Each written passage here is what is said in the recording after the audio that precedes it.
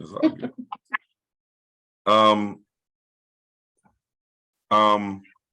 So we are here. Let me get back here and have y'all see my screen. So it says a borrower has a monthly budget of $1,600 for principal and interest. How much of a mortgage can this borrower afford if they were offered a 30-year loan with a 5% interest rate? So we know that these two are our metrics, are two variables that we really need to remember. And we got the payment, we got this, right? We got payment, we got 30, and we got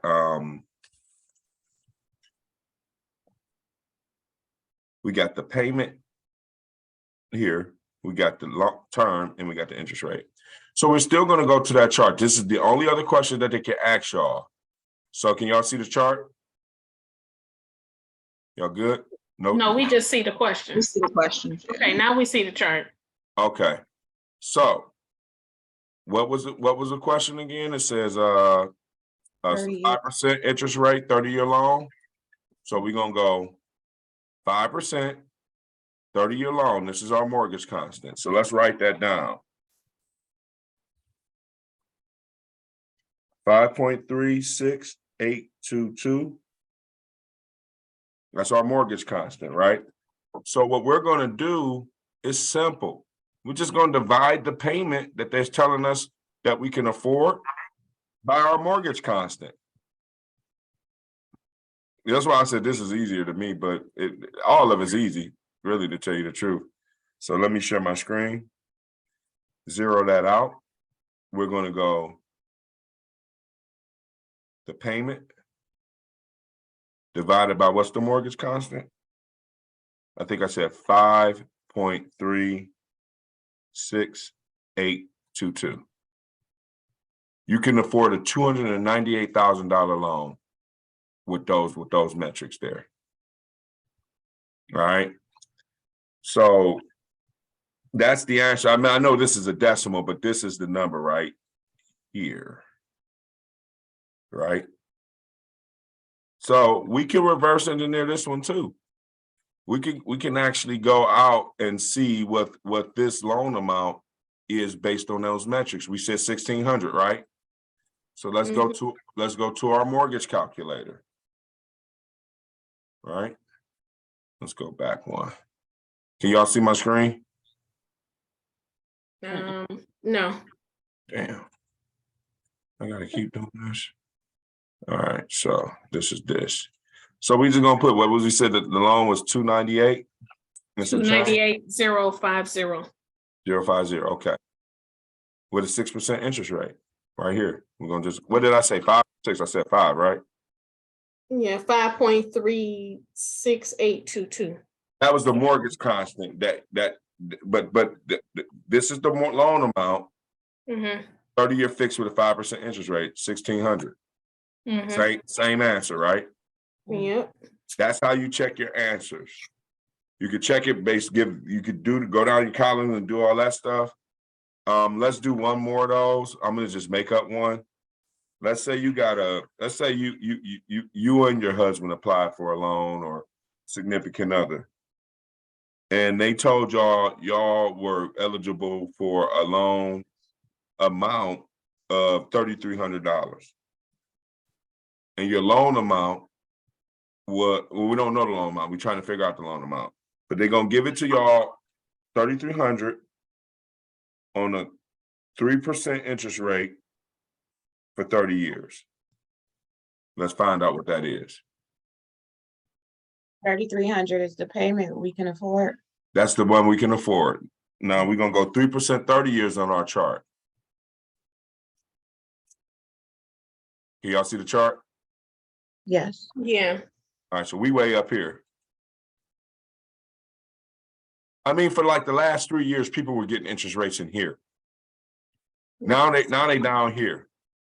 And y'all already know, if y'all been in any of my classes, y'all know that when this gets up here, you're supposed to have sold. Because these payments are so drastically different. If I bought in here like a lot of people did, or a lot of people were buying properties here, that means if I can do this, that means I can afford more payment than what the sellers do. They raise the price. So that's why you start seeing stuff in South Euclid selling in the twos. Those owners, if they bought them back 10, 15 years ago, they bought those things at 30, 40,000 and they gotten all their money back. And they could have taken off the table $200,000 and gotten all their money back. The initial investment made money over the years they held it. And then now that property right now might be that same property based on the 7% interest rate might be worth about 150. Should have sold. That's just my opinion. But people say, hey, I want that cash flow. So you get your cash flow, whatever you want to do. It's not a right or wrong thing, but I'm selling. I'm not doing what they doing. And I sold. So we go 3% interest rate over across to 30 years. So this is our mortgage constant, right? Mm-hmm. So we take our mortgage constant, we're gonna write that down. 4.21604.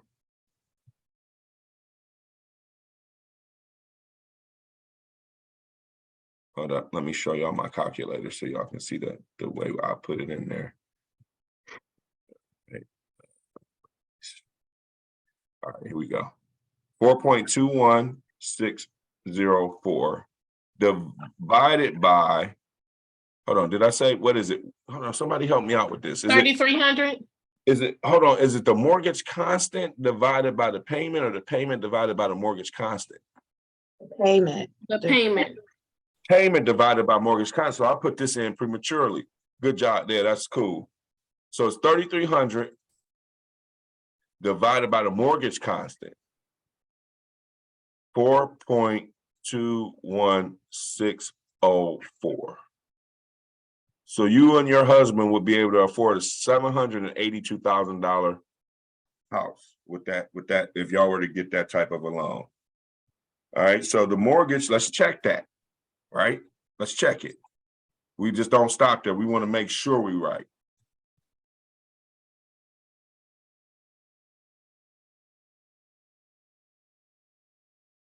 So we're gonna check that.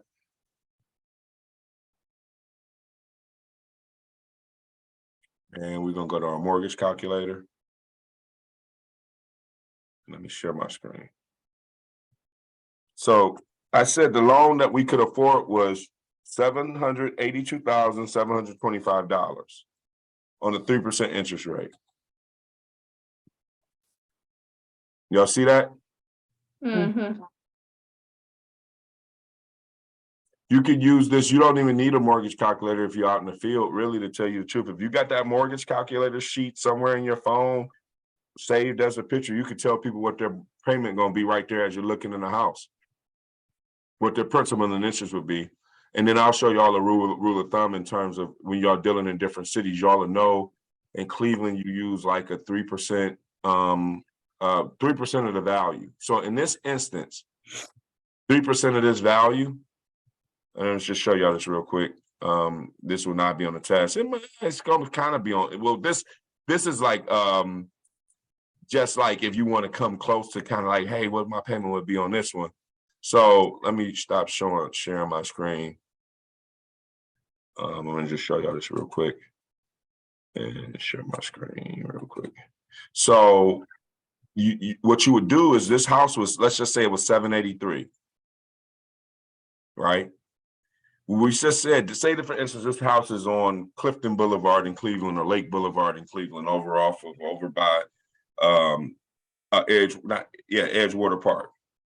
It's a $783,000 house, and there's many of them over there off the lake. So you say, okay, well, I know Cleveland's tax rate for residential is 3%. So you just simply multiply by 0.03, and that's their tax payment per year. That's an annual tax payment.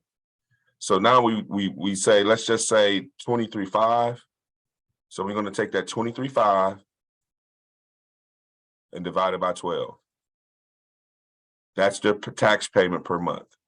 It's right. So we add the 333. We add this payment amount to this, right? Plus 3,300. And we're gonna get 5258. Let's clear this out. 5258, right? All right, 5258. And then we're gonna add in homeowners insurance. For a house like this, homeowners insurance probably, let's just say $150 a month for homeowners insurance. Maybe it may be 200. Let's just say 200. Plus the homeowners insurance, and that's something that you can shop for, right? And when you're closing on a house, it's some things that you have to pay for. It's some things that you can shop for yourself. So this will be $200, and so your payment on that loan would be $54.58, right? Now they said we can include the taxes here. Let's see how right I am. All right, so we said the home price of that property was $783. No down payment. We ain't put nothing down. We're a veteran.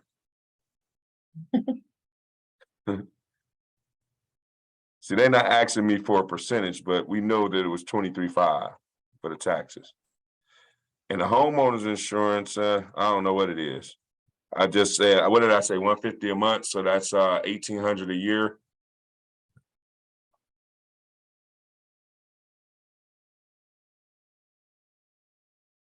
All right, so this is the payment. Yeah, go back to your full screen. Oh, I ain't sharing again. It's okay. No. Yeah, if I'm doing something, y'all hear me typing. So this is that, right? Mhm. Now, here, hold on 1 second. Let me share my calculator screen. So my calculator said 54.58, and you're gonna have a little bit of a difference because I said like 200 for the property taxes insurance, which I believe I said 150 in that example. So if I said 200, I need to go down here. Yeah, you switched it to 200 at the end. Yeah, hold on, let me stop sharing this. Let me share this here with y'all. So let me go back down here and say, what did I say, 200, so that's 2,400 instead of 1,800. So this would be the payment, 54.59. My calculator says 54.58. And that's the total payment. So if you own the 700 and let's just say $800,000 house in Cleveland somewhere, you're gonna be paying 54.58 on a 3% annual tax rate. Now, if that thing is shaker, good luck, because the tax rate is shaker like 4.5%. All right. So these things this right here will not be on the test, but they are going to ask you how to figure out taxes on the test, and we haven't gotten to that yet. And that's easy. Ain't none of this stuff hard. Not with the math. Ain't none of this stuff hard. All right. So I'm going to move on to the next section. All right. And what we're going to talk about now is, well, since we're on here, let's just finish up with PITI. PITI, y'all should write this down, means principal, interest, taxes, and insurance. Right? And that's what we just figured out. We just figured out the principal, interest, taxes, and insurance for this property.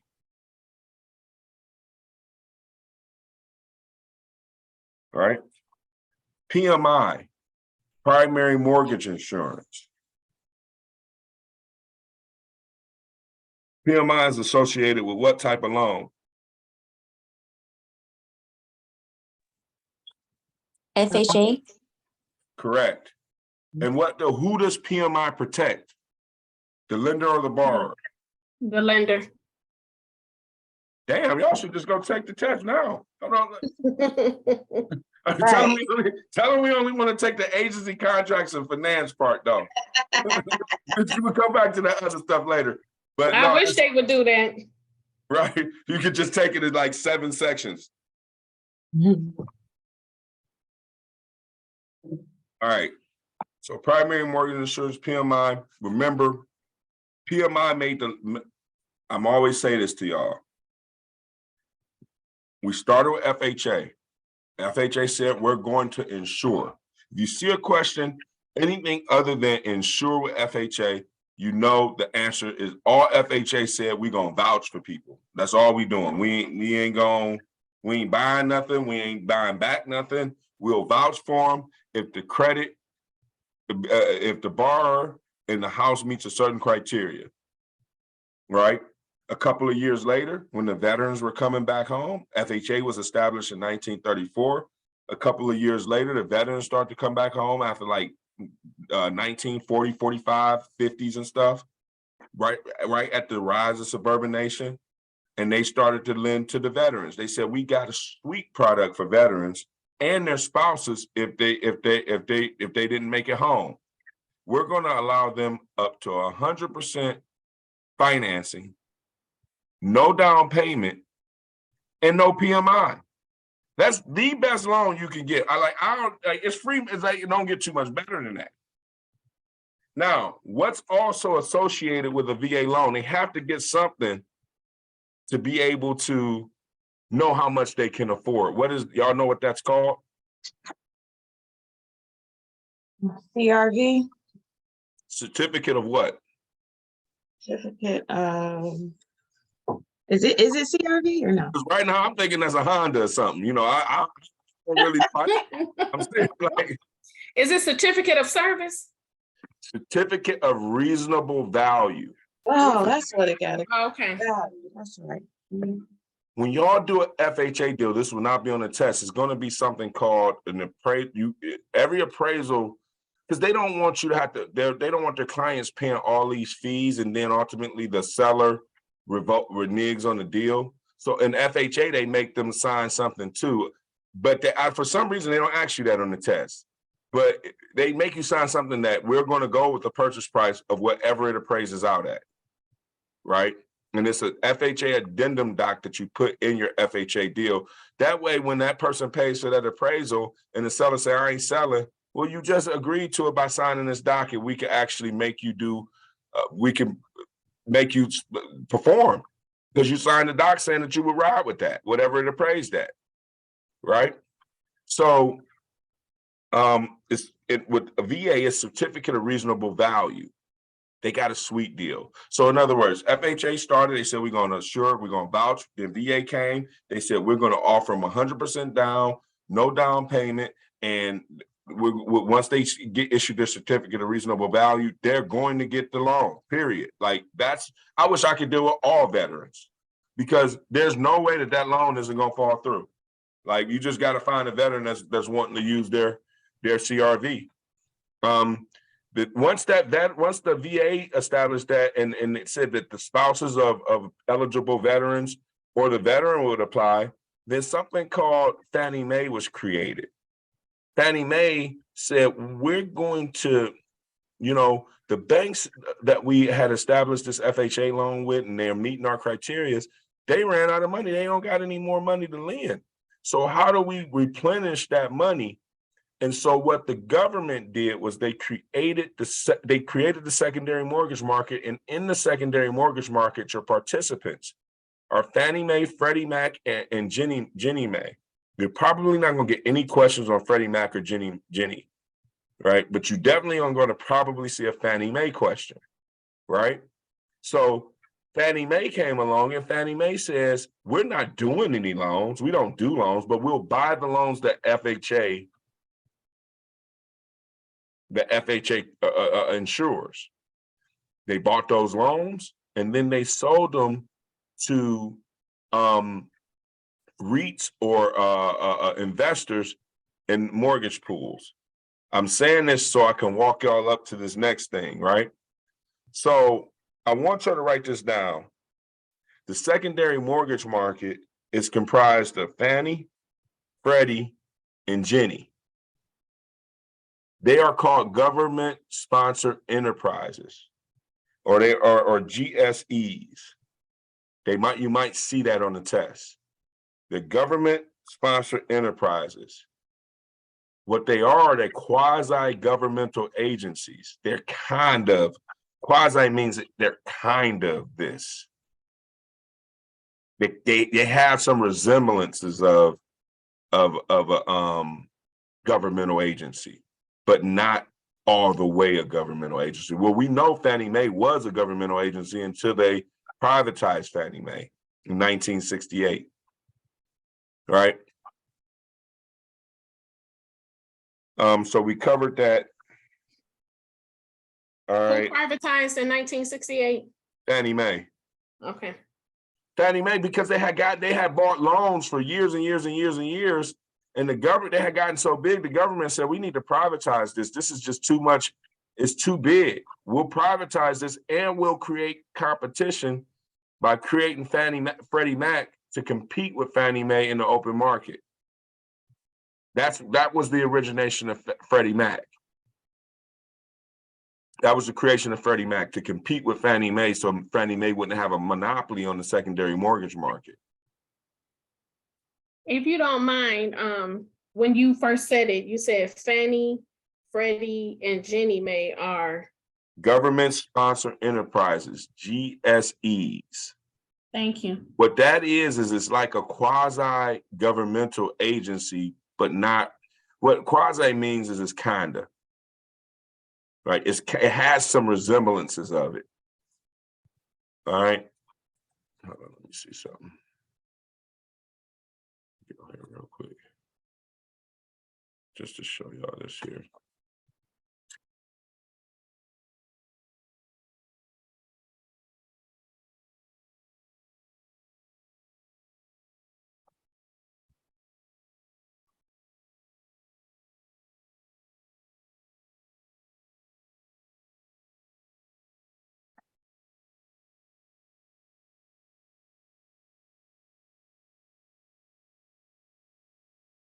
Here's the definition of quasi. Seemingly, apparently, but not really, kind of. Right? Resembling, but not really what, So that's what that is. So the next thing that I want to go over is LTV, loan to value. All right, and I want some participation on this because this is going to just be something real quick we're going to do 5 of these. And I'm actually, hold on, we're going to do, let's see, 1, 2, 3, 4, 5, 6. We're going to do 6 of them because there's 6 people in the class right now. All right. So I need to know, first off, if I'm getting a conventional loan, probably what type of loan to value ratio am I going to get from a conventional loan lender? A variable. No, what's the loan to value ratio? Not the type of loan. Oh, 80%? What does that represent? Is that the loan or the value? The value. That's the loan. Oh, the That's how loan. much they're going to be willing to loan you to a value. 80% of that. Okay. All right. So what does that mean? Tell me what that means, and tell me what that means in just plain terms. If I have a house for 100,000, then I'm gonna only be given 80% of that 100,000 For the loan. for the loan. Yeah. And what is that other 20% called? Down payment? Exactly. Don't, man, look, you know this, y'all know this. Have some conviction, because guess what? If you get it wrong here, you still can keep going. That's the down payment. And most of the time, that down payment represents your equity into the property, because we know the value, and that down payment of 20% is now your equity. So remember my piggy bank analysis. You already, then your 20%, you own 20% of the house. So if you look at the house instead of the piggy bank and you're dropping the money into the chimney instead of the slit on the back of the piggy bank, you're just driving money, the basement's already full of money. Or 20% of the house you already own because you put 20% down, right? So when you think of loan to value, let's do a couple. And it's a simple equation, right? Loan, that's how much the lender's willing to lend to you, to the value. So we have, and I'm going to give everybody an opportunity to respond, then I'll pick one or whoever wants to take it. This is what I'm saying, right? I need to know the loan to value on this, and it's a The bank said it's a $500,000 house. Nope, I ain't using that. I want a $512,000 house. That's too easy. It's a $512,000 house, and the bank said they're gonna lend you 70%. What's the loan to value? This is the house's value, 512. You got the appraisal back, it came in at 512. The bank says, hold up. The bank is lending 70%. What's the loan to value? 358,400. She said that was some conviction. I ain't gonna check it. That's right.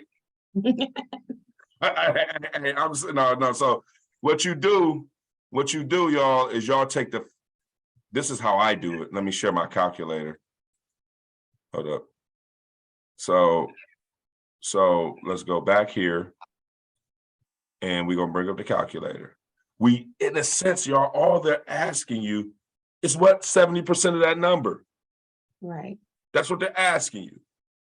So when you get a loan to value question, the value of a house is 512,000. What's the loan to value if the lender's willing to lend 70%? We're gonna do this. 512 times 70%. $358,400. What's our down payment? This minus 512. That's subtract, right? And I ain't even about to rearrange it. I'll just take the negative number off once I do it. So I'm gonna say, hold on, I'm gonna just go ahead and do it right. Minus, that's our down payment. We got to come up with $153,600, right? Now, here's the logic behind this.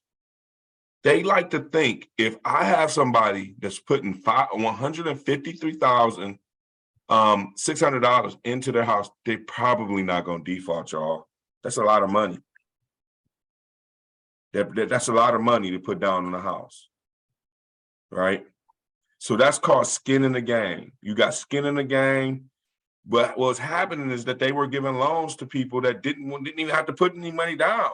Hell, it's really risky with the 3.5% FHA has it, but they backed it up because they invented primary mortgage insurance.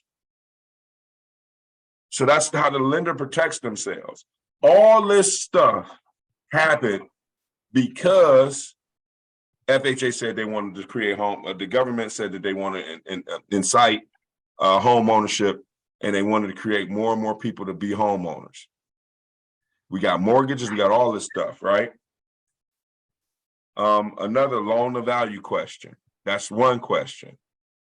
All right, the next question is going to be, let me get back to the whiteboard.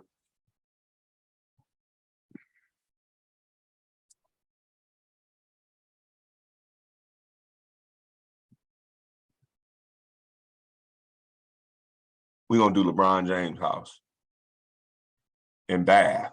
This house is 13,000 square feet. They have it on for 500 or 5 million, ain't 5 nothing. I'm just about to make up a number. 500 or $5,450,800. Let me put some commas in there. They told LeBron they're gonna give him a good deal. They said, man, look, you the king, we're gonna give you 85% loan to value. What's 85% loan to value to this number? Or what's 85% of that number? And that's what we're gonna loan you. Or lend you. $4,633,180. I mean, I'm sorry, $4,633,180. Right, so we're gonna say,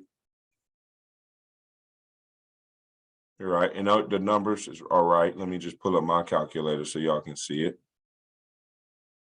So all I did was showing y'all my calculator. I said 4 million. What did I say? 5,450. $5,450,800. 800, okay. That's the value of his house.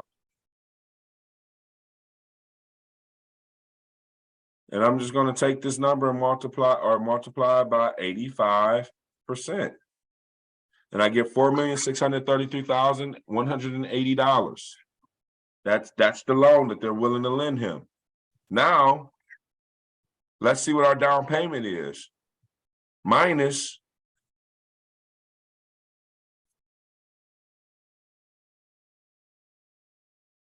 a down payment would be this, 817,000. So we take this number and we multiply it with the other number, and that's 4,633,180. 4,633,180. Oops, I'm sorry about that. We got to go back. I should have hit that. I should have hit one of these over there. But that's the answer, y'all. That's loan to value. All right. So what I want to do is look at some loan to value questions. All right. So I'm going to do that real quick. Let me find my handout. I teach out of this, but I'm not going to give y'all this yet. This is all about the math and stuff. So I'm gonna give y'all this, but give me 1 second to find it. And there's some loan to value questions in here. I'm gonna just go over them real quick at y'all, just to show y'all how they gonna act over the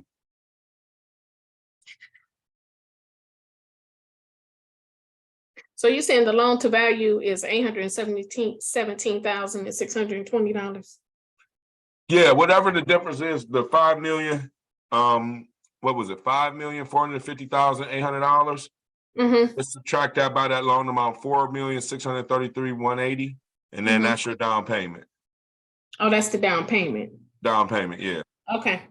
That's what you have to come to the table with. Now, down payment does not include your closing costs. Down payment is part of your closing costs, but it's not going to include it. Okay. So you have to really come to the table with more than that. That's just your down payment. You still got title fees. You might have, other things that you have to come to the table with and pay. Can escrow money be used as down payment? When you make escrow or earnest money. I mean, that's what I meant, earnest money. Earnest money is a part of the deal, so it's in there. So you just will have to come to the table with less. You see what I'm saying? If you give a $10,000 earnest money and they says, well, your closing cost is going to be 90,000, you got to come to the table with 80. So yes, it's counted, but you know what I mean? You understand? You follow? I got you. Thanks. Okay. All right, give me a second.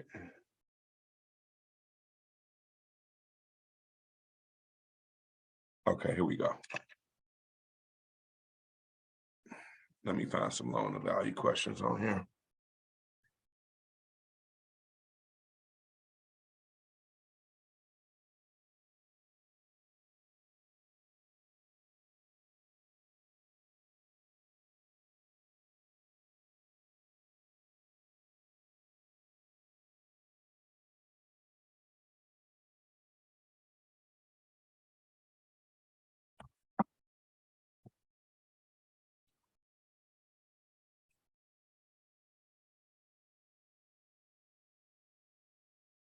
Hold on, I'm gonna have to let me show y'all this too. I'm about to show you on my screen. I done went and stole stuff from, look, I can't say steal. I done went and wrongfully appropriated some stuff. But this is we got a lot of sources that we're gonna teach from. This is some of the stuff that I get from this is now Hondros. So Hondros. yeah, this is the math thing from Hondros, right? So we're going to talk about discount points tonight too. So can you send that to us, what you're scrolling through? Can you send us those sheets? I definitely will send this to you. Let me see. Income ratio. I'm looking for loan to value questions. Okay, here we go. All right. And this is going to show it to y'all, right? So it says, this is how they're going to probably answer. We're going to unpack this, right? So Donald purchased a home for $326,000 and made a down payment of $65,200. What is the loan to value? So we already figured that out with us. The answer is 80, right? But this is Mhm. how we're going to do it. We need to know the difference between these two numbers, right?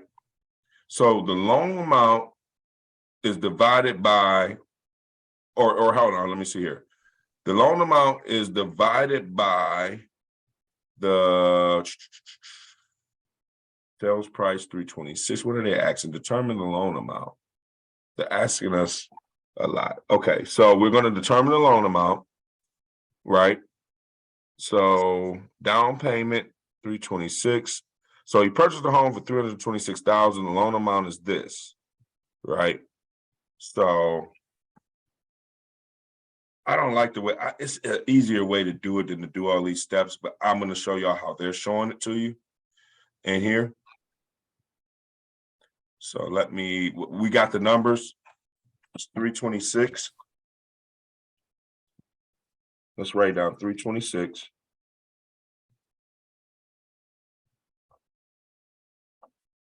And let's write down 65 too. All right. So let's go to our calculator now that we got that. I would definitely send this to y'all because this got everything in terms of the math on there. All right, so let me share my calculator with y'all. Hey, Hen. Yes, who's that, Lauren? Yeah, why is it saying, okay, it's asking us what's the loan to value amount, but it says 80% loan to value. So I'm trying to figure out the question. Okay, so that's the answer. They give you the answer on this thing. So here, let me work that out for you. Can y'all see my calculator? Mm-hmm. Yeah. So we know the purchase price is 326, right? Mm-hmm.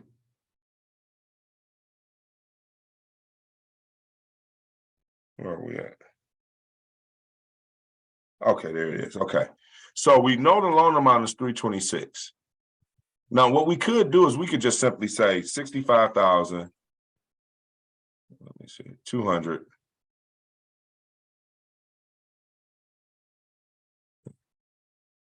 Divided by 20%. Shit, that's our down payment. If our down payment is 20%, what's the hell of the loan to value? That's how I want to show y'all how to do it, right? Because I know if I know that that's my down payment, I know my loan is 80%. So I know my down payment is, but what they're saying do is they want you to do it this way. And as many ways as you can do it to get the right answer, by all means do it. What they're saying do is to do 326 minus the down payment, which is 65,200, right? That's what you're going to get. And what they're saying do is then divide this by the 326. Mm-hmm. We got there the same way. So let me go through that again. What they're saying do is they told you the purchase price, 326. What they're saying do is subtract the down payment, 65,200. Now we know that this is the loan amount, but we don't know the percentage. So the way that you find the percentage is now they're saying take this number and divide it by the purchase price. And it's going to tell you the percentage of that number. So we're going to go divided by 326. It's 80%. Because really what they're doing is they're not asking you to figure out what the down payment is. But if you can figure out what the down payment is, hell, you know what the loan amount is, right? Mm-hmm. All right, let's look at a couple of more.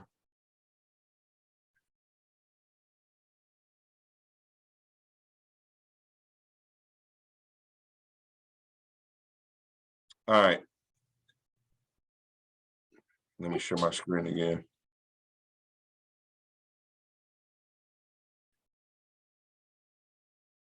All right, so here we go. Question number 2. Y'all see that? Mm-hmm. Pete saved up $32,300 for a down payment. The sales price of the property was $161,500. So he is looking at a mortgage of $129,200.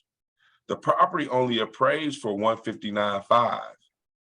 What is the loan to value ratio for this transaction? Hint, the lender will always use the lower amount because that's their collateral. They're going, that's why the hell they got it appraised, so they can find out how much it's worth. The sellers are always high. They always want the most. Well, we're gonna take an unbiased appraiser into the property, and we're gonna do it that, we're gonna do it that way. We're gonna find out the value right that way, right? So let's work this out, right? We know the sales price is what? 161, 500. That was originally the sales price, right? But it Mhm. appraised at $159,500, $2,000 less. So that's the number that we have to use. Right? So 159,500 minus what? Our down payment. What? Mm-hmm. How much is our down payment? 32,300. So what's 159,500 minus 159,500?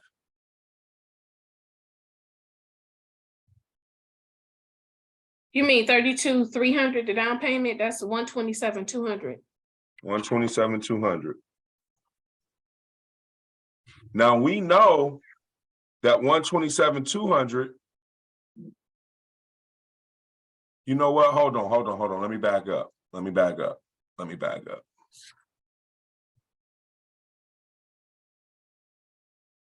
think about this. How do I want to do it? Okay. All right.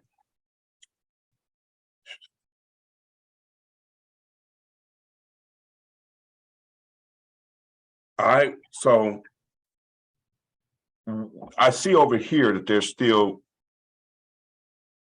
using this. And I'm gonna show y'all both ways because I wouldn't use that, right? But so what they're doing, so here's what we're gonna do. We're gonna use 161,500 as the purchase price, 161,500. And we're gonna subtract our 32,300 from there. That leaves us 129,200, right? So what is that 129,200? That is the loan amount, right? So we know it said, hold on, let me read the question again. He saved up 32,300 for down payment. We know that that's his down payment. That's what he's coming to the table with to put down on the property. The sales price of the property was 161,500. So he's looking at a mortgage of 129,200. The property only appraised at 159,500. What is the loan to value for this transaction? So the loan to value for this transaction, we have to figure that out. So here, let me move this down, right? So the loan amount is this here. The appraised value is this here. So that's where it changes. I don't really like them doing that, right? Hell, if they're going to use the 159 to begin with, why in the hell over here are we figuring out anything? Right? Mm-hmm. Because they're not lending on this price here. They're lending on this, on the appraised value. But I guess what they want to do is, see, now this guy's going to have PMI, right?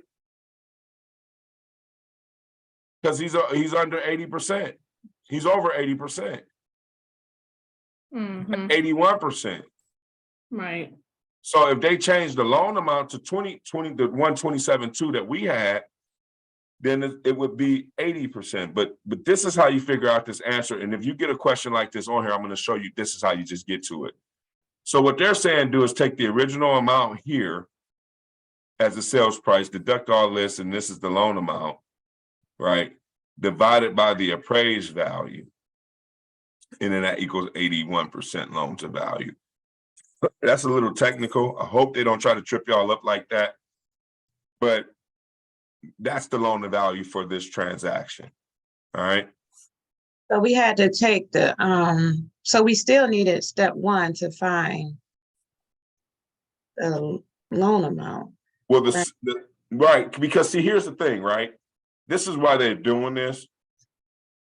Is that the seller, I mean, the buyer will have to, the seller may say, you know, I don't care what that appraisal came back at, I still want my 161.5.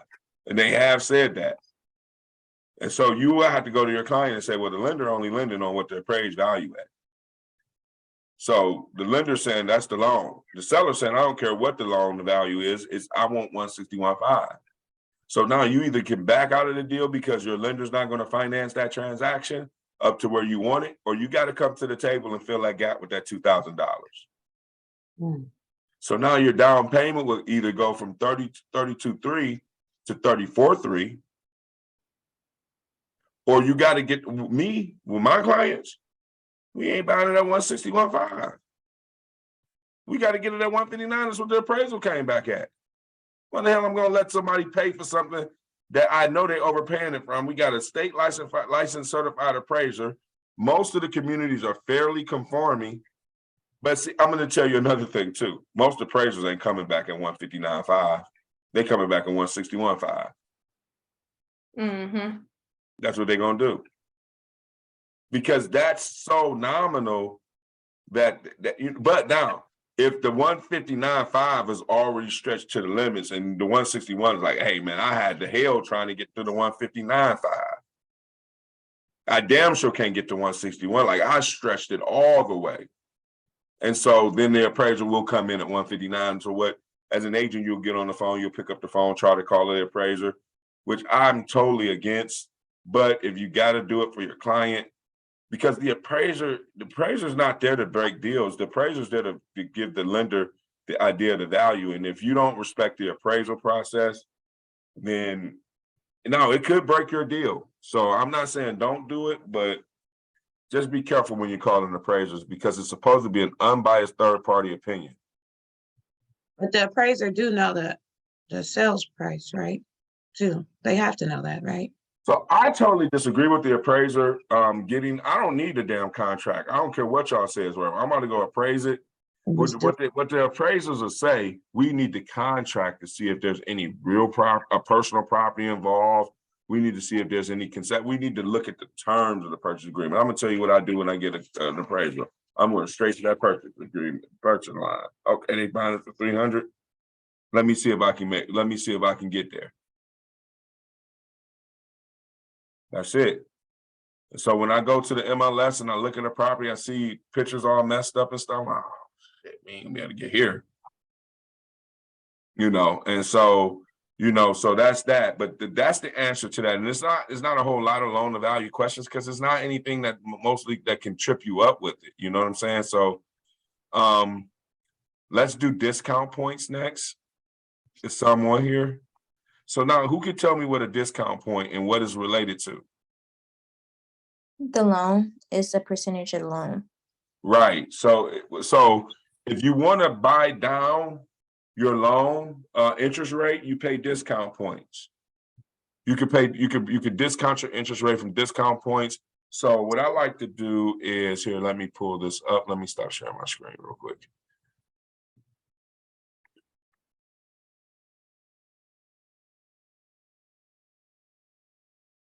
Get to this other part here.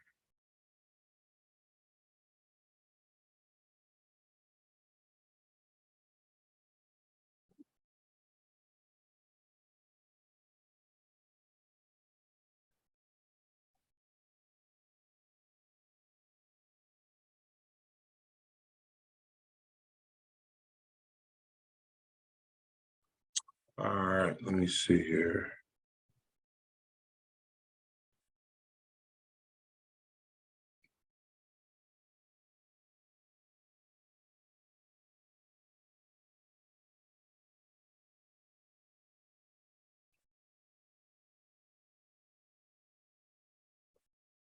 All right, it's not there. Let me pull this up here real quick.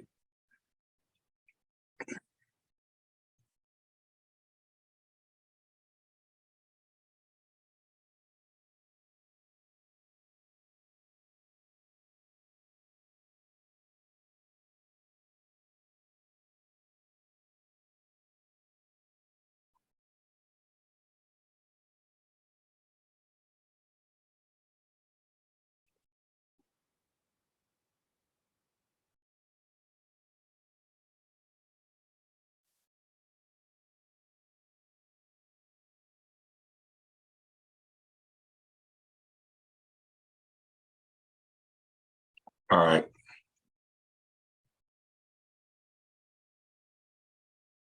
Let me share this with y'all. Everybody has this already, and it's a hell of a source that y'all should be looking at. Can you share your screen? Just did. Sorry. So we already talked about promissory note.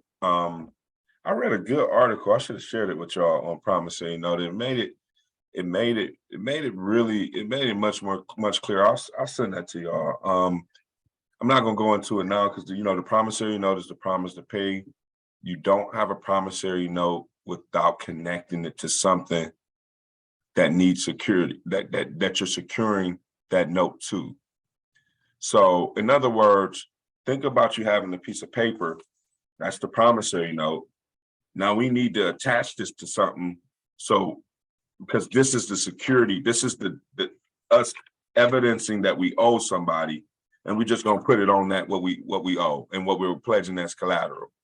Then you do that with a deed of trust, right?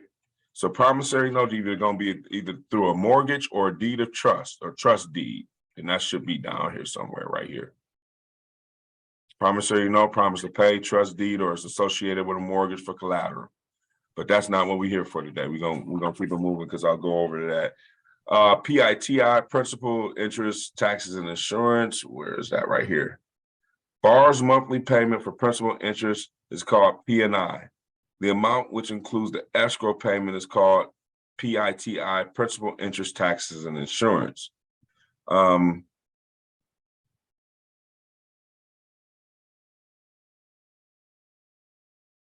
Okay, let's talk about, you know what, let me talk about this equal credit because we got to go over this too. So the equal credit, what are my notes for this on this?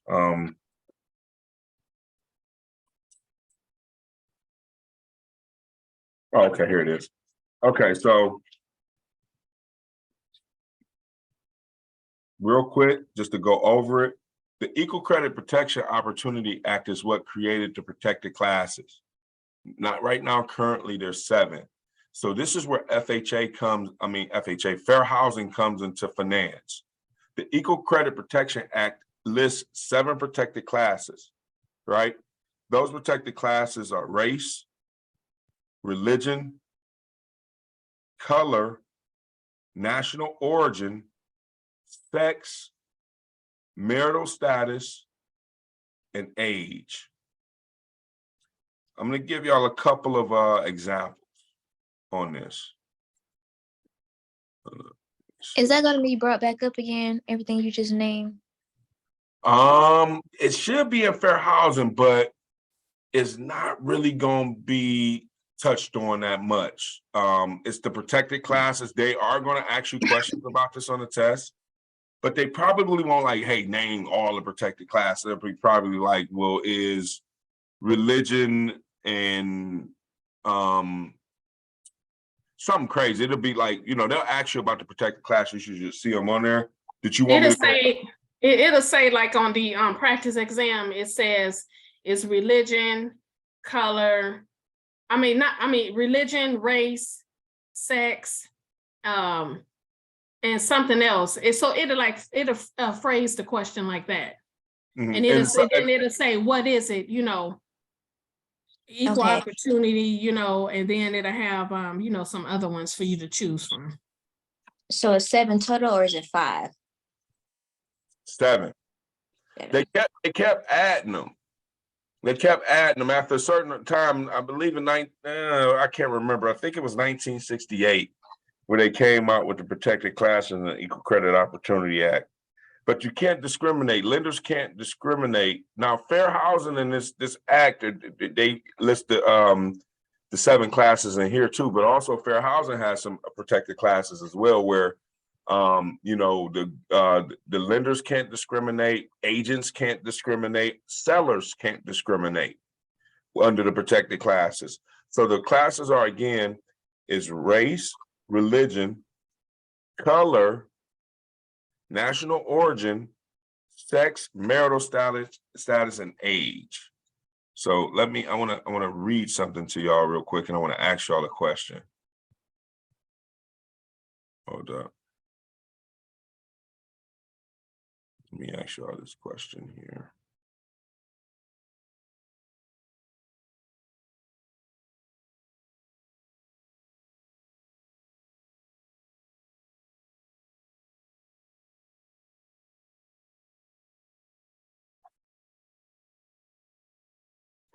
All right, I want to read y'all this question. I want to know what y'all think. Is this a kind of, well, it'll be a shorter question than this. Hold on 1 second.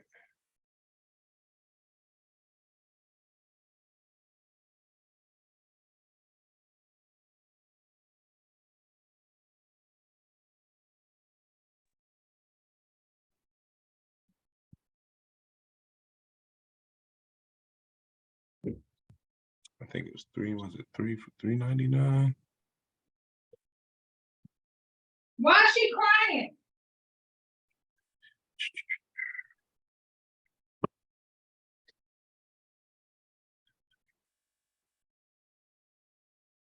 Sorry about this, y'all. Let me try to find this. I want to read this to y'all.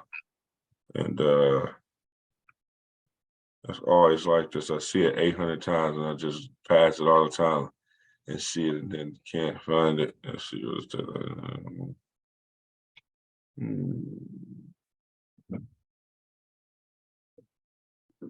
it's got to be down here somewhere.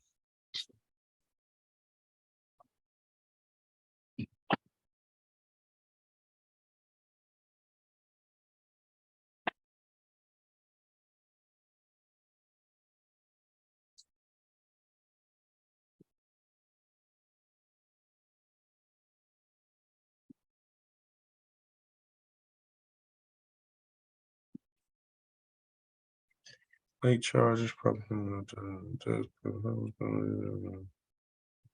so clauses, reinstatement, redemption, Bible lunch. Give me 1 second.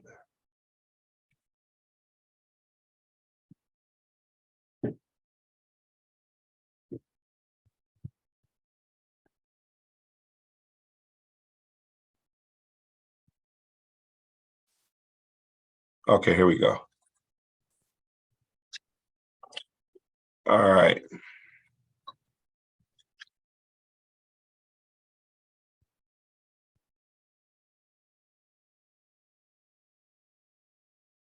All right, so this is what it is real quick. Is this discrimination? An unmarried couple who submits an offer to purchase a home to a seller, the sale is contingent on the couple obtaining financing. The couple applies for a home loan to be evidenced by a note and deed of trust signed by both. The couple fills out the loan application stating their separate incomes, which when combined are sufficient to qualify for the loan. The lender denies the loan application since the couple is not married and their separate incomes are not sufficient to allow each of them to independently qualify for the loan. The couple is unable to locate another lender before they have to perform in the purchase agreement, and the seller cancels the deal. Is that discrimination? Yes, Yes. Why do you think it's discrimination? because it's basing it off of their marital status. It's saying their income separately, since they're not married, isn't enough independently, but it's not counting them together. That's a wonderful answer. That's correct. It is discrimination, and the one thing I was looking for is the marital status, right? Here's the reason what they say in there, and what the answer to this is. The lender claims denial of the loan to the unmarried couple is motivated by a legitimate business consideration. The lender states the couple presents a greater risk of default since the couple's separate incomes are not sufficient to cover the loan. And unmarried couples are not liable for each other's debt as they are when they're married. Was the lender's denial of the couple's loan unlawful discrimination? Yes. The lender had no valid reason not to consider the couple's combined income in determining whether their income is sufficient to qualify for the loan. As both will sign the note, both will be liable for the loan. Thus, the lender's denial of the couple's application is based on their marital status. This is a form of unlawful discrimination. So now you see the play of the note, right? They both were going to have to sign that promissory note, which is just saying it's evidence that it's debt. Now, you won't be able to, it means nothing that they signed a promissory note until we connect it to the thing that we're going to be promising to pay off, which is the house, and the house is then given, the house is allowed to have a lien placed on it, which is what the deed of trust does. So that's a good answer. I'm gonna do one more of these because I got a whole bunch of examples. Are we supposed to see these questions? No, because I got the answers all on them. And I want to, Okay. yeah, not on this one. Not on. Hold on 1 second. Hold on 1 second. I got one more real good one. All right, here's a good one. All right.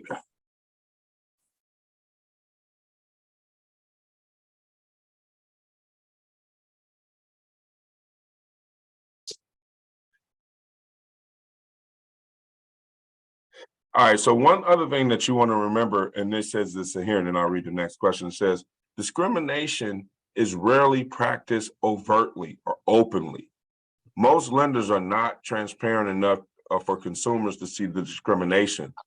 Most often, discrimination takes the form of a lender denying a loan to minority without a valid reason, or applying different standards to minorities and non-minority buyers, right?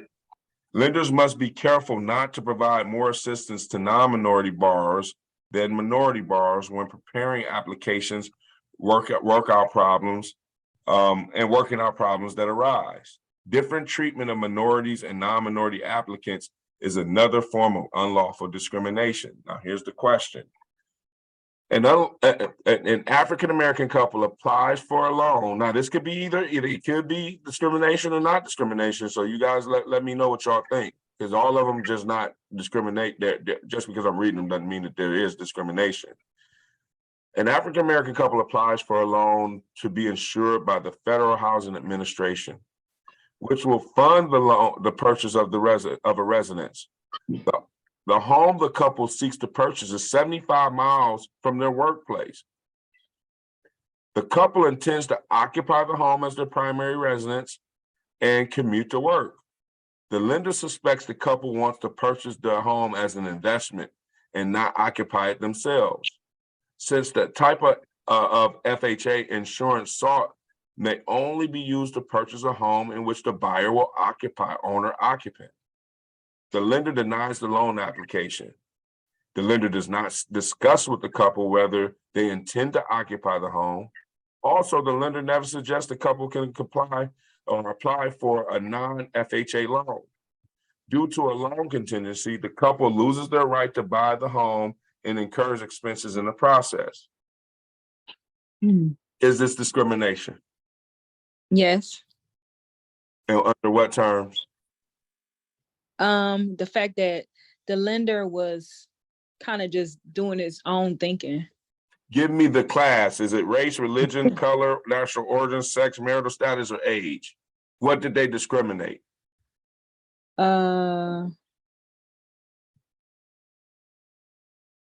Say it I don't- again. Hold on, let me start with the first sentence again here. An African-American couple applies for a loan to be insured by the Federal Housing Administration. It was due to origin, National origin or race? Race. race, African American, yeah. So now, let's break this down. Let's unpack this. Because FHA does have a clause in there where you have to be the owner occupant. 75 miles away. Now they stupid, because I ain't driving 75 miles back and to from work. That's a job in itself. That's driving from Akron and back twice. Y'all know them white teachers used to do that back in the day, though. Yeah, they sure did, but they would drive far. So I mean, just being stupid don't mean that you can't do it though, because you could get 75 miles in an hour, 15 minutes, hour and a half. Right? You just got an hour and a half commute. And a lot of times people think about it, well, hell, I live here. That's already a 45-minute drive. So that's all that's going to do is add another 30 minutes on my drive. So, okay, but is that discrimination though? No. So here now in the question, they asked you, or they made a purpose to point this out. The lender does not discuss with the couple whether if they intend to occupy the home. Also, the lender never suggests they can apply for a non-FHA loan and it would be no problem. So this is discrimination on the grounds of race, right? Mm-hmm. Here's the reason why. It says the couple seeks to recover their money losses from the lender under the Equal Credit Opportunity Act, claiming the lender's denial of their loan application was due to unlawful discrimination. The lender claims the denial of the loan application was proper since it believed the couple did not intend to occupy the home and thus did not qualify for the FHA insured loan. Lenders must provide the same level of assistance to non-minority borrowers as minority borrowers. Thus, the lender may not unilaterally decide on their own the couple did not intend to occupy the home without first discussing the couple's intentions. Also, even if the couple did not qualify for FHA insured loan, as a matter of professional practice, the lender needs to refer them to other loans of financing.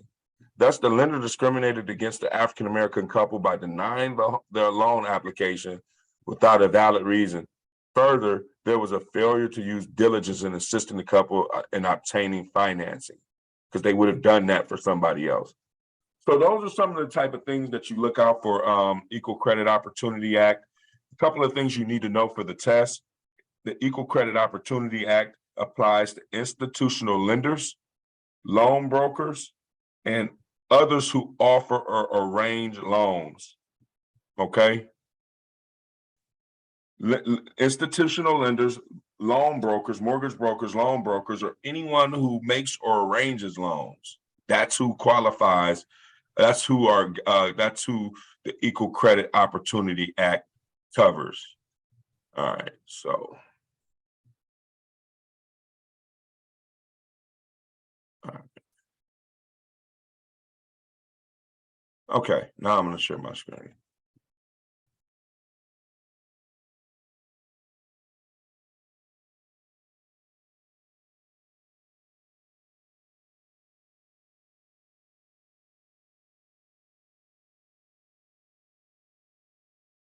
Okay, so that's what we just covered here.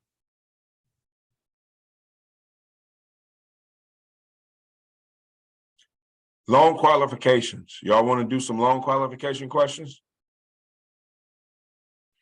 Now, Yeah. Yes. these are important because FHA has certain limits, conventional loans have certain limits, debt to income ratios matter. Because it tells you what you can qualify for. So let me pull up this. Where's it at? This. Is it this? Yeah, here we go. Can y'all see my screen? Yes. The handout? Mm-hmm. Let me see. Man, this thing is huge. This is a huge, like, I kind of want to get this to y'all in sections, but because it's just, but I'll give it to y'all. I'll give it all to y'all. How many pages is it? Oh man, this thing, hold on, let me see. Is it bigger than the first one you gave us early on? 196. I mean, literally, this is everything that you're gonna have on the test for math. I just haven't even gotten to it yet. I purchased this back some time ago. It was a while ago. I purchased it from Hondros. It wasn't even because I was, doing this. I was just trying to help somebody. I was like, man, we gonna need some help. And so I purchased this, and it was part of the Crammer course thing that they offer. All right, so let's get to the section that handles loan. That's for commissions. We ain't doing that yet. Yeah, y'all gonna really like commission because that's how y'all make y'all money. I bet you everybody gonna get a 100 on that section. Yeah, that seriously, if you don't know how you get paid, man, we need to just we don't need to give up, but we're gonna need to spend some time on that. That's not it. Give me 1 second. It's just so much. I don't have this stuff split out, so I gotta just take my time and find it here. It should be coming up though. That's net operating income. That's other appraisal stuff.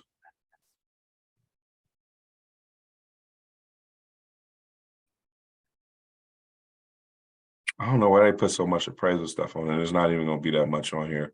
You might see a question about gross rent multiplier, something like that, but it's not gonna be a whole lot of questions about appraisal on there. That's settlement taxes. Where the ratios? I don't know what's in here. There's land descriptions. Old value, new value. Let's see, profit and loss. Damn, where's that? Selling that proceed. All right, let's do this again. My bad, y'all. No problem. This is really good and it's really helping. So thank you. No doubt, no doubt. That's what we gonna, man, we gonna pass it, and we gonna be cold too. We ain't gonna just be no regular realtor. We gonna be cold, and because we gonna have each other. We ain't gonna be able to remember everything all ourselves, so we gonna use each other. And then, like I said, I'll put y'all up against any agent. And then what y'all gonna have is y'all gonna feel empowered because when these other very arrogant agents that y'all gonna run into, try to talk stuff, y'all always go back to how you learned it because y'all learning it right, And so I didn't X out of the one thing, but y'all learning it right, man. And that's the way that y'all y'all can really get a leg up on everybody. Let me find that before I share my screen again. Let me just see here. Where is it at? Come on, man. Let me see here. Key terms. I brag on you so much, Han, on how you're teaching us to my mother. And she came over today and she asked me, she said, well, Han, she said, he teaching y'all so she said, who is he, black or is he white? I said, mine, he black. You should have said I was Chinese. That's what I sound like, Han. I know they got the ratios, but thanks, Cindy. I appreciate that, man. I just know what it did for me when I understood it. When I reached my learning curve, the learning curve is very steep and it stays steep in real estate if you're growing. It kind of levels out because I've worked with people and I've taken them and gotten them photo shoots and all types of stuff and helped them start their business, and they kind of fell off and stopped talking to me. Now they're stagnant. And once you leave up under the umbrella, I don't bring you back in. And so a lot of times, this is a community that we're creating because, man, we can make a lot of money together. I'm telling y'all, we stay in this group because real estate will change your life, period, if you understand it. And it'll change your life because you'll be opened up to opportunities that, people haven't been able to. There's no other way that I know of legally to make $50,000, $60,000, $70,000 in one whop. And real estate provides that for a lot of people. Damn, man, I just can't. I know I saw it. Where are the ratios at, man? Come on, quit playing. think, you know what? I think I'm missing it. I got to go back up to the loan. Here it is. Okay, here we go.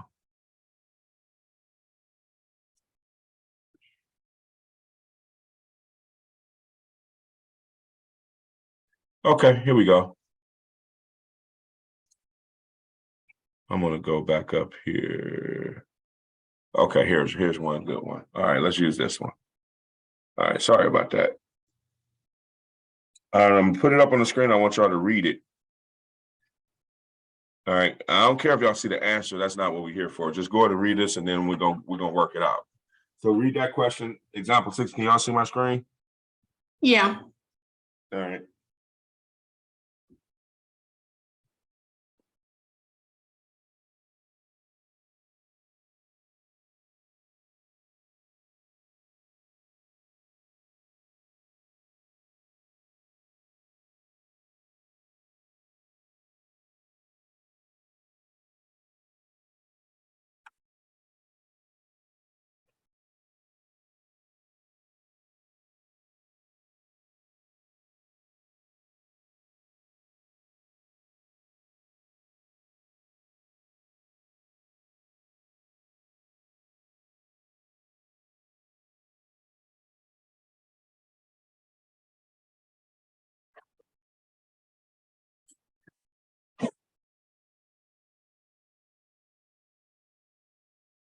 All right.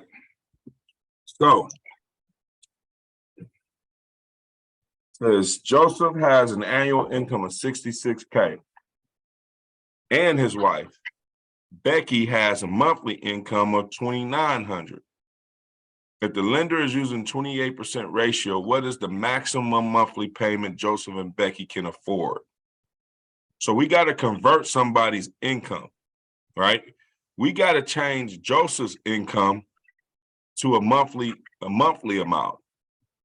So what we need to do first is handle Joseph's income. What does Joseph make per month? You have to divide it by 12, right? Right, so 66K divided by 12, you're gonna get this right here. Mm-hmm. Because they're asking for month, right? Mm-hmm. So if the lender's using the 28% qualifying ratio, which we know based on our handouts, where's my handout at?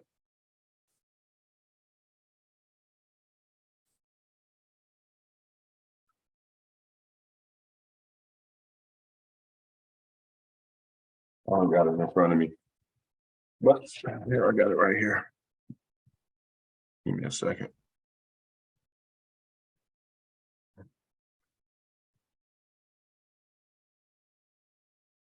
Yeah, where are all my where did all my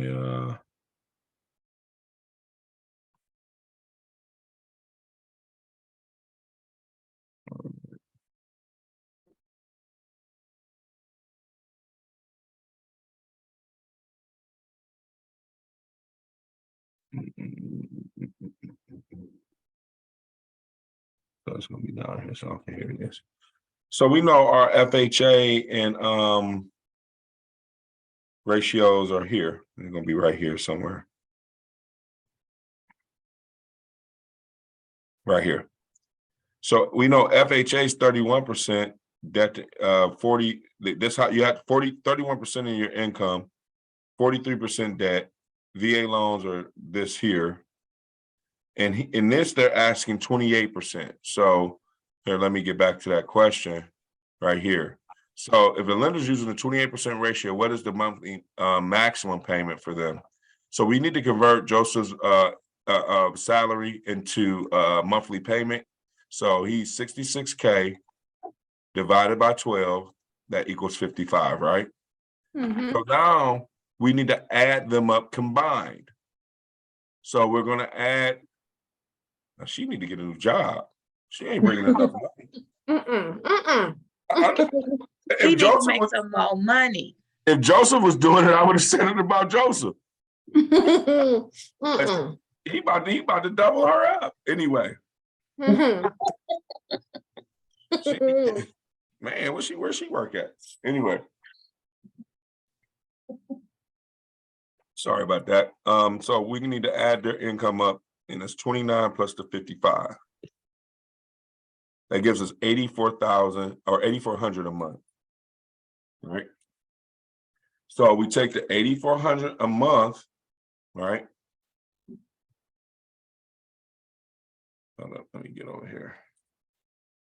And we multiply that by 28% times 0.28%.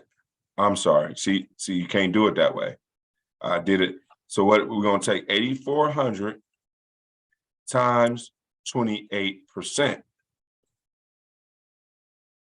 Y'all see how easy that is? Mm-hmm. That's it. That's the answer. That's it. All right, let's do one without showing the answer. We're just gonna look at this right here. We're gonna read 7. Can y'all see 7 down there? Yes. Says Jeremiah has an annual income of 75,000 and his wife Lucinda has a monthly income of 3,200. If the lender is using a 28% ratio, what's the maximum monthly payment that they can afford? So it's the same question.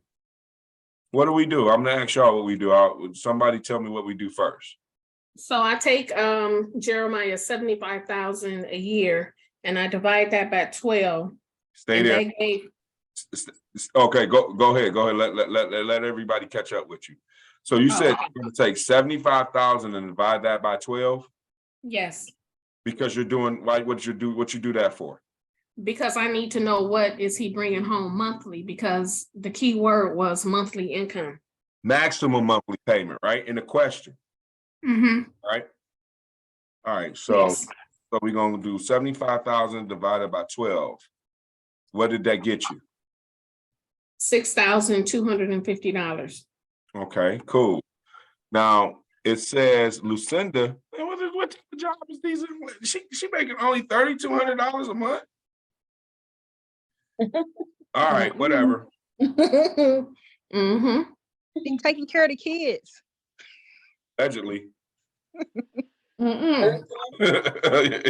yeah. So, all right. Well, now that's what they make. All right. Love it. Hey, if you love her, that's all that matter, right? Exactly. Wrong. You clearly got Come that. on, Han. What's love got to do with it? Taking care of kids is Absolutely. a lot. And I thought you were. No, he love her. I'm just teasing y'all. All right. So we gonna go 3,200 plus her Mhm. 3,200. All right. What you doing? So what's the 32? Sydney, I'm gonna have you just finish this. What did you do after you got the 6,250? So then I took her 3,200 plus 6,250. And that gave me their total income of $9,450. Mm-hmm. So then I took the $9,450 and I multiplied that by 28%. And what'd you get? And that gave me an allowable payment of $2,646. Okay. Good job. Y'all see the answer there? Mm-hmm. Now, let's switch this up. What if first off, let's make the young lady make more money than the gentleman. So let's just say, and I'm gonna write this down. Actually, what I'm gonna do is I'm gonna stop sharing this and then I'm gonna go in and share on my whiteboard. All right, so let me go down here so y'all can see it. Let's just say Lisa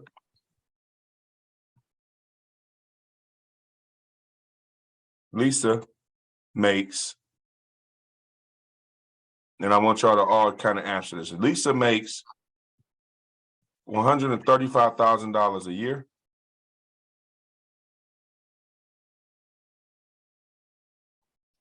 And Tim makes $89,000 a year. The lender's maximum loan is 41% of their income in terms of the payment, their payment. Tell me what I got to do to find the answer. How much of a payment can they afford if the lender's allowing them 41% loan debt to 41% of their income that they can afford? What's the maximum payment that they can afford?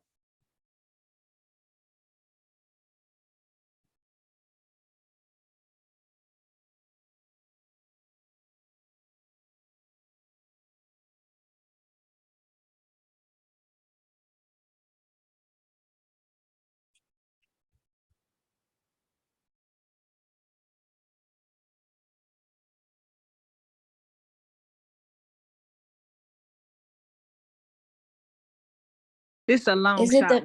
the, $7,653.06. What's the first step? First step is I divided her yearly annual income 135 by 12. That gave me $11,250. Then I took his annual Hold on, what did it give you? $11,250. Okay, hold up. Okay, what's next? Tim's income monthly is $7,416. What did you divide that by 12 to? Yes, I'm sorry. All right, and that equal what? $7,416. You said $16? Yes. Okay, and then now what happened? So then I added the $11,250 plus $7,416. And that gave me $18,666. No, we're gonna change that. They gave you $18,667. We don't do the I math. know that's right. I know that's right. All the triple. Hell no, we gotta just say 667. We just go round up for no reason. Mhm. So I took $18,667 and I multiplied that by the 41% ratio. And it gave me an allowable payment of $7,653.40. So you said again, you took the 18,667 and multiplied it by what? The 41%. Okay. Now another thing too, a decimal and a percent are two different things. So you can never have it look like this. You can't have a decimal and a percentage. So either you got one or the other, right? You can turn a decimal into a number or a percent, and you can turn a percent into a number. But what Sydney says is that she took 18,667 multiplied by 41%, right? And what was your answer? $7,653.40. And that's I got that answer, but I did it another way. Tell us the way you did it. I added up 135,000 plus 89,000, multiplied it times the 41%, and then divided the answer by 12. Yeah, you can do it that way too. Okay. Yeah. Whatever way you do it that way all the time. Right? Don't do it like Cindy knows how to get to the answer this way. I mean, you could have also took this 135 plus the 89,000, added that up, divided that by 12. That would have given you this, and then you multiply that by the 40. It's more than one way to skin a cat, but there's only one right answer in math. So as long as you get to the right answer, that's all that matters. But that's the exact right answer, though. That's a good job, y'all. And we're touching on math, but this is still finance because we're dealing with maximum and minimum loan amounts. All right, let's do another one. Hold on, let me get to it. This will probably will be about minimum loan amounts now. All right. And now, first of all, let me check. Everybody getting this? And I really want to know if you're not getting this. If you're not, that's okay. I'll make some time to sit down. We're gonna get this because this is basic arithmetic. And it's okay if you're not getting it. All right. So if you're not getting it, let me know. I'm getting it now, Han. Good, good. That's real good. That's real good. Okay, here we go. Kenny has an annual gross income of $52,200. Can y'all see my screen? No. No. Yeah, I didn't see the red. It showed lights up in red on my side. All right, so it says Kenny has a gross annual income of $52,200. How much monthly PITI payment can he qualify using the lender's 29% qualifying ratio? All right, it's the same thing, y'all. They just increased it by 1%. Right? They got this, his 4350, right? 4350, 29%, the most he can afford. This is his payment.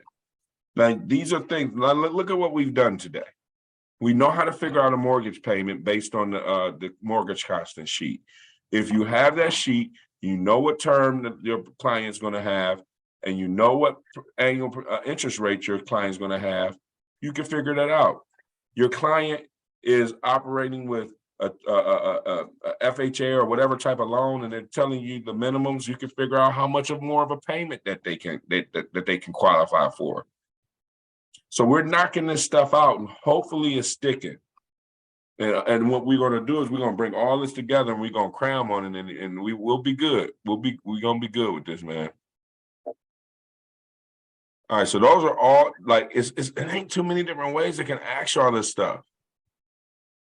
Right? So those are questions there.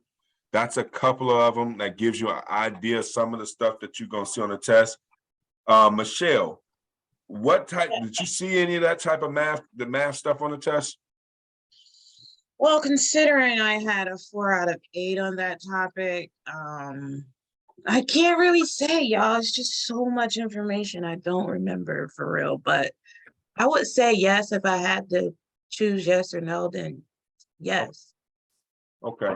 So the math, like, and they don't say, okay, we about to do that. Like, we're going agency, contracts, finance. Oh yeah, they all over the place. They're gonna go all over, right?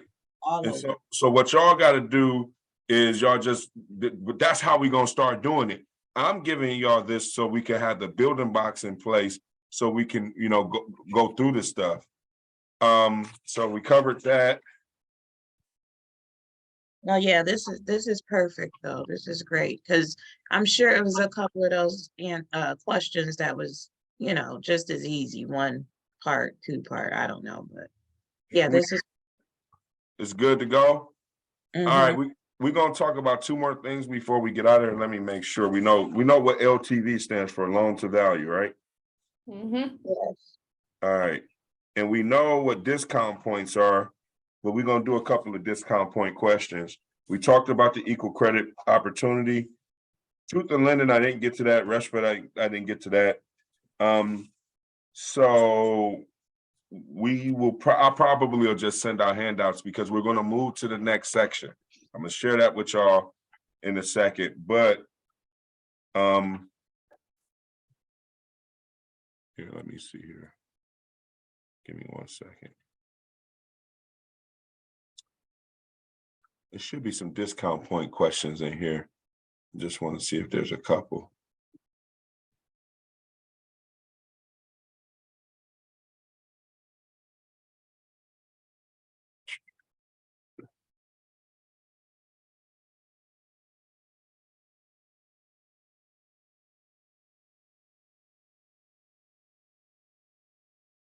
All right, so I'm gonna just go to the next section. Give me 1 second, y'all. And we're gonna talk a little bit about, because we're not going to go to the next section this Saturday, but what I'm going to do is I'm going to give y'all the material so that then that way next week. This Saturday, I'm going to bring all this home for y'all. Remember, in this section, what I wanted to talk to you guys and want you guys to become a little bit more competent in is, and I think we've talked about everything, honestly. So we're going to answer a lot of more questions about this.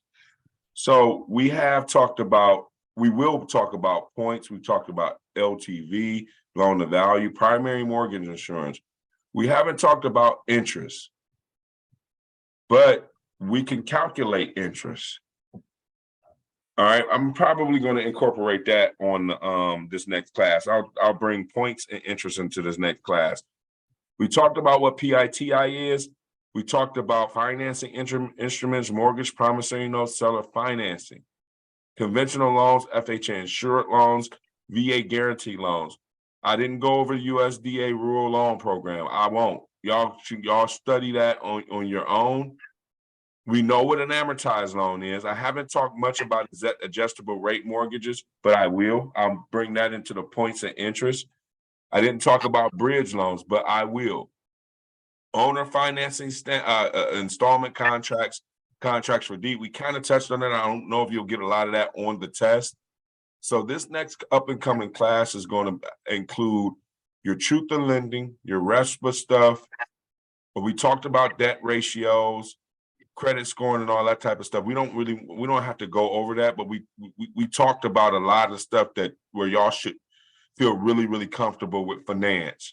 We know about the historical component of finance. We know about that, and we went back there to understand where we're heading to for these for this section.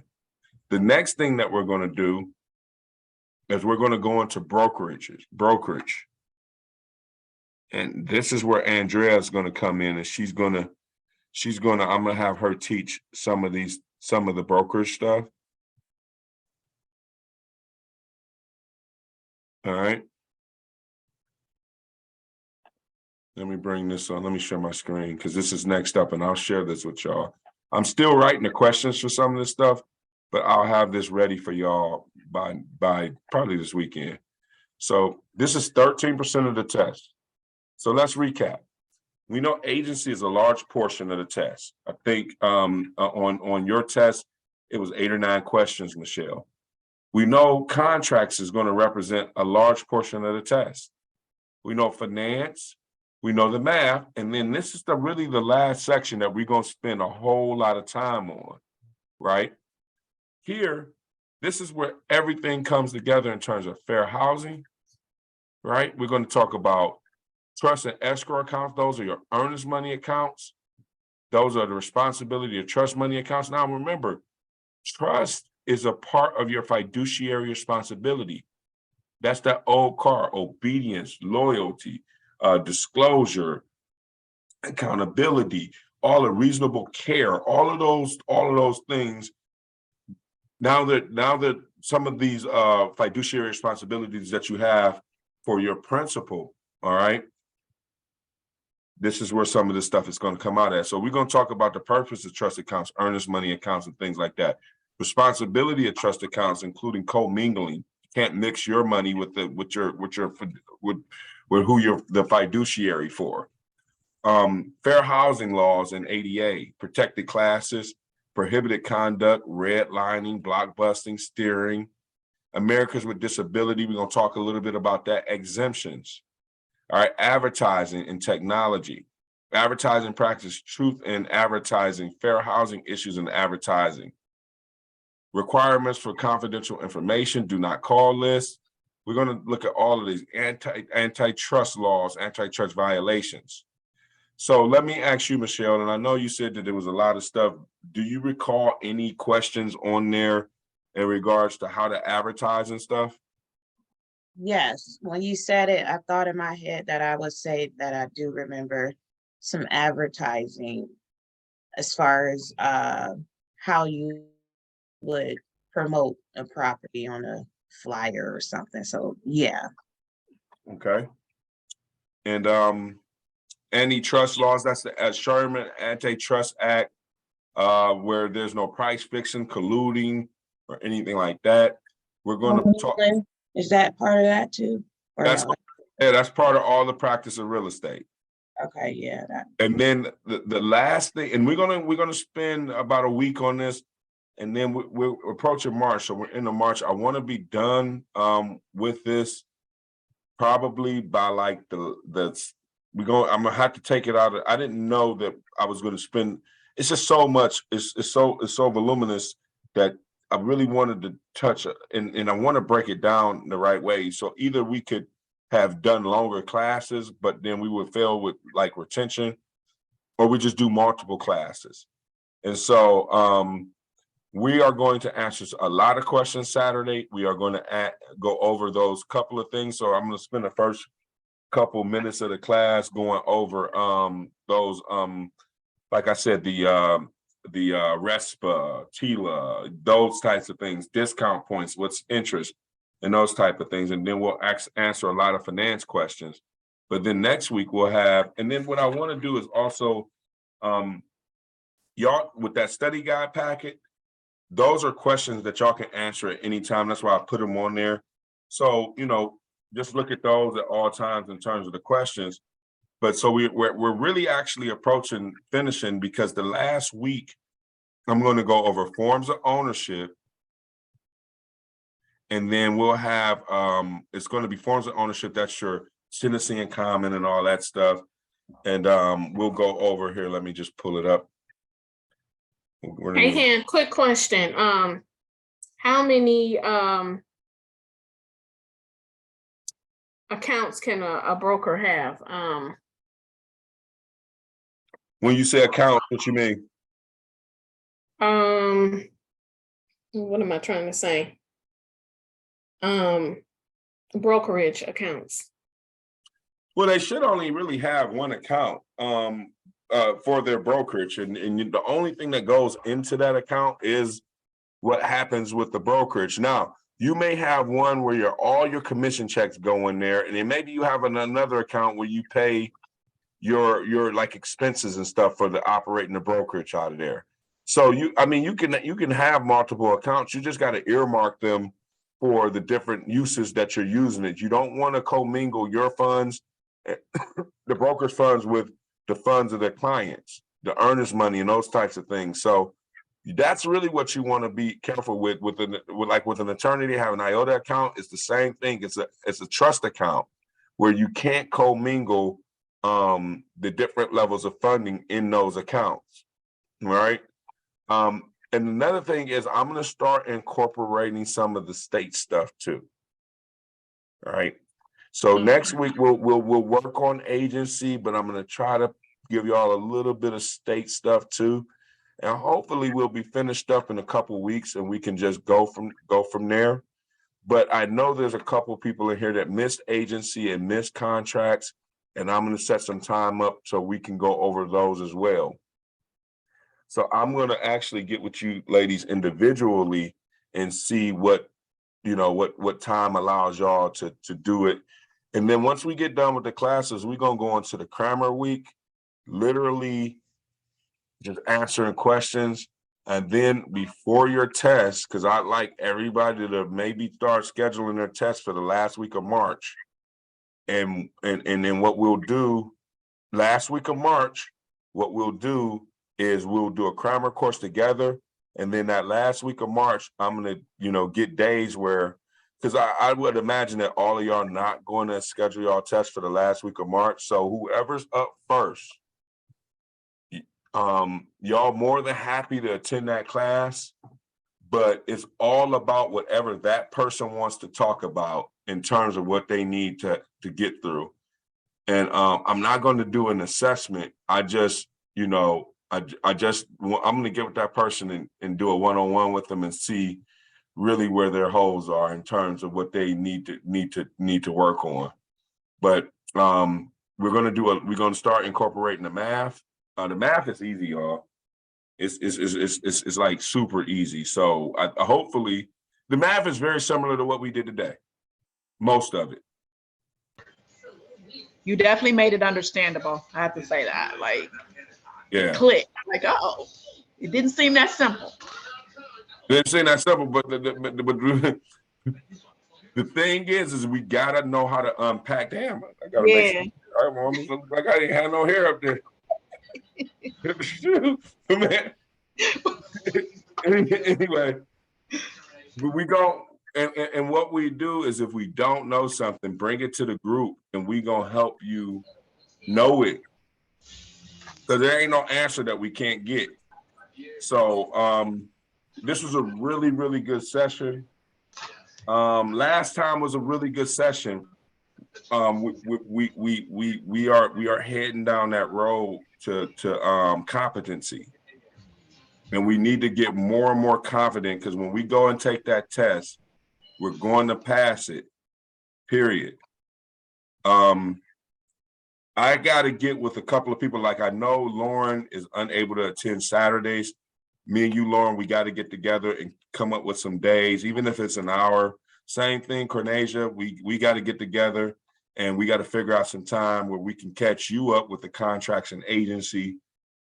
And that's pretty much it, y'all. We moving through it. We got through 3 sections and we're going to finish up on finance. Now, remember, finance was supposed to be over. We were supposed to start a new section today, but I'm okay. We added another week to it, and we're going to have to just do that if we're not getting some of this stuff. The next section is not really definitions. It's more about practicing out in the field. The forms of ownership is going to be more geared towards definitions. So we're going to work on it. I'll see y'all Saturday at 10 a.m. And then I'll also schedule a Sunday class. It sounds like people are more available in the afternoon. So maybe we can do like a 6 to 8 again on Sunday, or maybe like a 4 to 6 or something like that on a Sunday. I didn't even know you did a class on Sunday from 6 to 8. I just didn't started. either. I just started it last Sunday. Michelle logged on about 30 minutes into the session, and I was there sitting there, and I said nobody else logged in, so I'm gonna just keep it moving. But yeah, what I'll do is I'll send out the schedule. What I'm gonna do is I'll send out the schedule to where I'm available, and just let me know who can make it and who can't make it, and then I'll either keep it or move it around. But if y'all know me, I do a lot, so I'm trying. I'm sorry, I didn't mean to interrupt you. I can do Sunday 6 to 8, but I wanted to let you know the next 3 Saturdays, I will not be able to attend because I have a previous speaking commitments for those 3 Saturdays. Okay. All right. Well, so what I'm going to do is I'm going to send all the dates out and just everybody let me know what they can do in terms of attending them. And we'll just go from there. But it's going to get better. We're about to roll into the math. We're going into the brokerage. I'm going to send you all that information out by Saturday's class. And then Saturday, we're going to answer a lot of questions and we're going to just try to, keep peeling away at this. And so that's it, ladies. That's the class for tonight. I am going to have everything ready for you. Okay. Thank you, Han. All right. Thank you. No problem. Bye. All right, ladies. Bye. TJ, what's going on, brother?